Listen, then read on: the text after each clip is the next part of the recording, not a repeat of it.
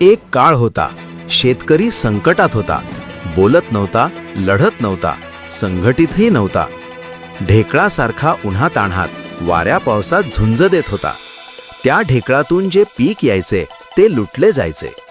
अशा काळात शेतकऱ्यांना लढायला, बोलायला आणि संघटित व्हायला शिकवणारे शेतकऱ्यांचे पंचप्राण स्वर्गीय शरद जोशी यांच्या पुण्यतिथीनिमित्त बागलाण तालुक्यातील मोरेनगर येथे आगळावेगळा उपक्रम राबवण्यात आला. व्यंगचित्रकार किरण मोरे यांनी थेट ढेकळावर शरद जोशी यांची प्रतिमा साकारत त्यांना भावपूर्ण आदरांजली वाहिली. प्रखर न्यूजसाठी तुषार रौंदळ तरसाळी.